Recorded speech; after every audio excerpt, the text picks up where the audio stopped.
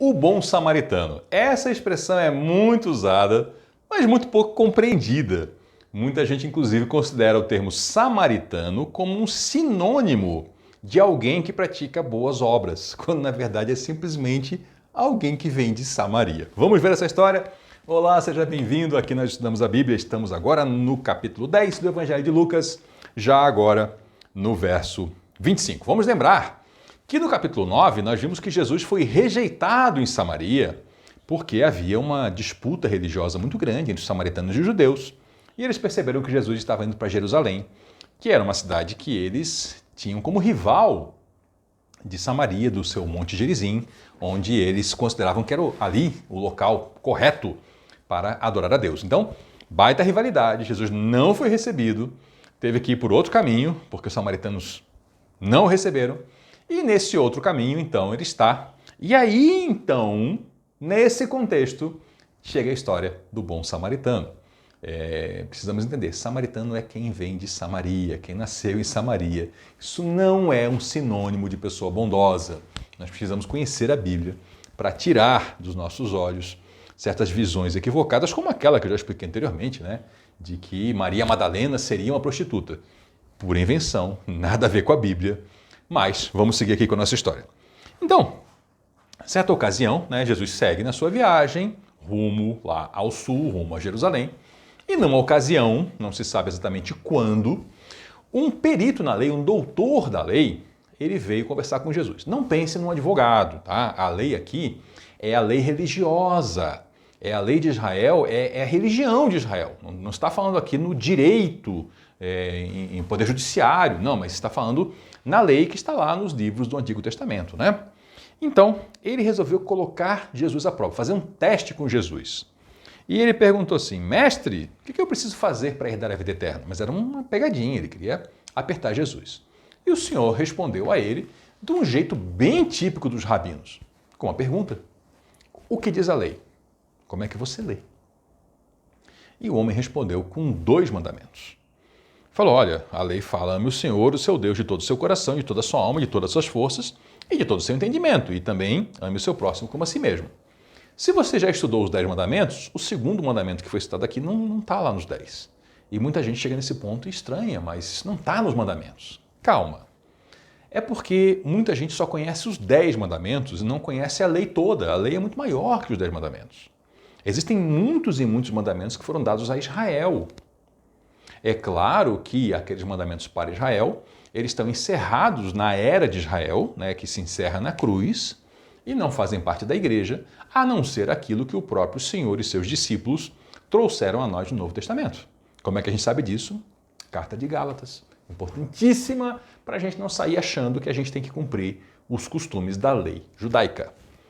Então, foram esses 2 mandamentos que o homem disse. Um deles está lá, está na lista dos 10 mandamentos, e o outro já é um mandamento que está numa outra história lá em Levítico, né? Ame seu próximo como a si mesmo. E o Senhor falou assim, você respondeu corretamente, faça isso e viverá. Acabou o teste. O homem resolveu vir apertar Jesus e o devolveu para ele. O que fala a lei, como é que você lê? O homem respondeu, o Senhor falou, é isso, faça isso e viverá. O homem ficou numa situação ruim, né? Ele tentou lá botar Jesus à prova, então ele tenta se justificar. Ele tenta se justificar e fala assim, mas quem é meu próximo? Quem é esse meu próximo que eu devo amar? E aí o Senhor falou assim, então tá bom. E ele começa a contar uma história. Essa história, muitos tratam como parábola. O que é parábola? Parábola é uma coisa que Jesus pega, ele cria uma história da vida cotidiana para revelar uma verdade celestial. Só que essa aqui nós não sabemos se é uma parábola, porque talvez Jesus esteja contando um fato que aconteceu. E aí não seria uma parábola, seria a narração de um fato real. Então nós não sabemos. O que nós sabemos é que Jesus falou, um homem, ele estava descendo de Jerusalém para Jericó. Jericó é o lugar, é a cidade mais baixa do planeta Terra. Ela está 200 e tantos metros abaixo do nível do mar. Ela é uma cidade lá embaixo mesmo. E é a cidade mais antiga do mundo. Para você ter uma ideia, Jericó, hoje já se encontrou vestígios de civilização de 9.000 anos atrás. É a cidade mais antiga do mundo. Quando os judeus chegaram na Terra Prometida e encontraram Jericó, Jericó já era uma cidade milenar. Então é uma cidade muito antiga. Então o homem estava indo de Jerusalém, a capital, para Jericó, que era lá perto do Rio Jordão, uma cidade bem mais baixa. E ele caiu na mão de assaltantes. Os assaltantes roubaram, bateram nele, deixaram ele nu e caído, meio morto. Quer dizer, aquele homem que a pessoa olhava, achava que estava morto, mas ainda estava vivo, mas estava já, vamos dizer assim, à beira da morte, né? E aí esse homem está nessa situação e passou por ali um sacerdote. Sacerdote, no contexto aqui, quem eram? Eram os descendentes de Arão. Arão era irmão de Moisés. Então, sacerdote era alguém que nasceu na linhagem sacerdotal e foi treinado e consagrado para o sacerdócio. Ninguém se tornava sacerdote por vontade própria. Ou a pessoa nascia naquela linhagem ou não. Então o homem passou por ali, viu e resolveu passar longe, passou pelo outro lado. Não foi nem lá olhar o que era. Vamos supor que o sacerdote fosse lá e o homem tivesse morto, o sacerdote estaria cerimonialmente contaminado e não poderia participar de alguns ritos por algum tempo. Então ele prefere nem lá olhar, vê aquela cena e se afasta. Ele põe, vamos dizer assim, a ritualística dele acima do valor da vida humana. Ele nem tenta lá verificar se aquele homem está em condições ainda de ser salvo, está vivo ou não. Ele passa direto. Aí vem um levita. Quem são os levitas? São os descendentes de Levi, que é um dos 12 filhos de Israel, e que foram consagrados ao serviço do templo. Eles auxiliavam os sacerdotes. Da mesma forma, o levita passa longe e não presta socorro. E aí vem um samaritano. Para quem estava ouvindo isso aqui, samaritano, eles consideravam assim um subgente, sabe? Samaritano, né? Vem um samaritano e ele vê a cena e ele teve piedade do homem. Ele se compadeceu. Ele foi lá e ele atendeu o homem e ele cuidou dele, na verdade, com vinho e óleo. Eu preciso explicar isso, tá? Se você está numa situação dessa, sem recursos médicos, tá? E precisa lavar uma ferida, o vinho é garantia de água não contaminada. Porque no processo do vinho fermentar, produz álcool, produz gás carbônico e elimina toda e qualquer bactéria ou fungo nocivo. Só ficam ali as leveduras do vinho. Então, é algo seguro para lavar uma ferida, mais seguro do que água que poderia estar contaminada com bactérias e coisas assim. Então, uma coisa boa. E o óleo? Era um azeite de oliva. Era feito prensando-se azeitonas, saía aquele óleo. Além de ter propriedades medicinais, como por exemplo a questão da acidez ali do óleo, que ajuda no ambiente a não deixar proliferar a bactéria, ele fazia uma camada de proteção. Né? Então, estando o óleo sobre o ferimento, nada, nenhuma bactéria, fungo, protozoário, nada vai aderir ali. Então, era uma maneira adequada, sim, clinicamente falando, de fazer isso. Por que eu estou lhe contando isso? Porque Lucas era médico. Quem escreveu esse evangelho aqui era um médico. E é uma das coisas curiosas sobre Lucas é que ele trata com muito cuidado e detalhe assuntos técnicos. Lucas é o único que conta essa história aqui, né? Então essa história Jesus contou e Lucas, na sua pesquisa, teve acesso a isso e ele entendeu e escreveu a história com detalhes. Quando Lucas fala, por exemplo, de navegação, vento, naufrágio, lá no livro de Atos, ele também usa termos técnicos. Então, eu estou lhe contando isso para que você saiba que Lucas realmente ele tinha esse cuidado, esse primor, né, de contar essas coisas para a gente com um detalhismo e uma riqueza muito interessante. Fora a linguagem, né, o grego que ele escreve é um grego riquíssimo, muito bem escrito. Então, ele colocou esse homem sobre o seu próprio animal. O samaritano colocou aquele homem ferido no seu animal. Primeiro ele fez os primeiros socorros, né? E levou-o a uma hospedaria. E não deixou ele lá. Ficou lá e cuidou dele. Isso é muito interessante. Esse homem toma sobre si a responsabilidade de cuidar daquele completo estranho que ele encontrou caído lá na beira do caminho. Ele faz primeiros socorros, leva esse homem para uma hospedagem e ali ele se faz de cuidador dele e fica cuidando dele. Então, no dia seguinte, imagino eu já com o paciente estabilizado, ele deu 2 denários lá para o dono da hospedaria e falou, cuide dele. Quando eu voltar, eu pagarei qualquer coisa que você tiver a mais de despesa. 2 denários, talvez sua tradução até traga 2 dinheiros, né? Conforme a tradução traz assim, era o pagamento por 2 dias de trabalho braçal, 2 dias de trabalho de uma pessoa mais simples. E aí o homem deixou esse valor e ainda falou, põe na minha conta o que precisar, pode cuidar dele. Isso nos mostra que é claro que esse samaritano era conhecido na hospedagem para poder fazer isso, né? E é claro que ele tinha o quê? Um bom nome. É claro que ele não era um picareta que não pagava suas dívidas, porque senão isso não seria possível. Tá vendo como também tem um ensino aí pra gente? Interessante. E aí o senhor vira então para o doutor da lei, lembra que a gente está numa história aqui de um doutor da lei querendo botar Jesus no aperto. E ele falou assim, aí, qual dos três você acha que foi o próximo? Você queria saber quem era o próximo? De contém uma história, tem um sacerdote, tem um levita e tem um samaritano. Qual dos três? Você pensa que o homem respondeu que foi o samaritano? Não. Mas você vai olhar e dizer, foi sim? Não. Você não encontra a palavra samaritano na boca desse homem. Ele não fala. Lembre que samaritano era aquele povo que eles não gostavam, detestavam. Então ele só fala assim, foi aquele que teve misericórdia dele, mas ele não fala samaritano. E aí o Senhor Jesus falou, vá e faça o mesmo.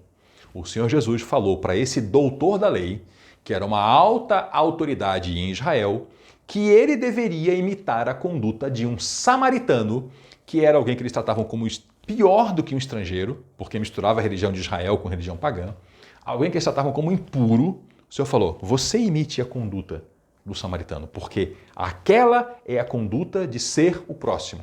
É aquela ali a conduta. Então você vai e imite. Segue a viagem. E aqui, muita atenção eu vou lhe pedir agora na geografia, porque aqui a gente tem um marco nessa história que mostra um movimento de viagem de Jesus, que se a gente não conhece os 4 evangelhos, a gente passa batido e pensa que é uma viagem só. Jesus ia caminhando com seus discípulos e ele chegou num povoado onde certa mulher chamada Marta o recebeu em sua casa.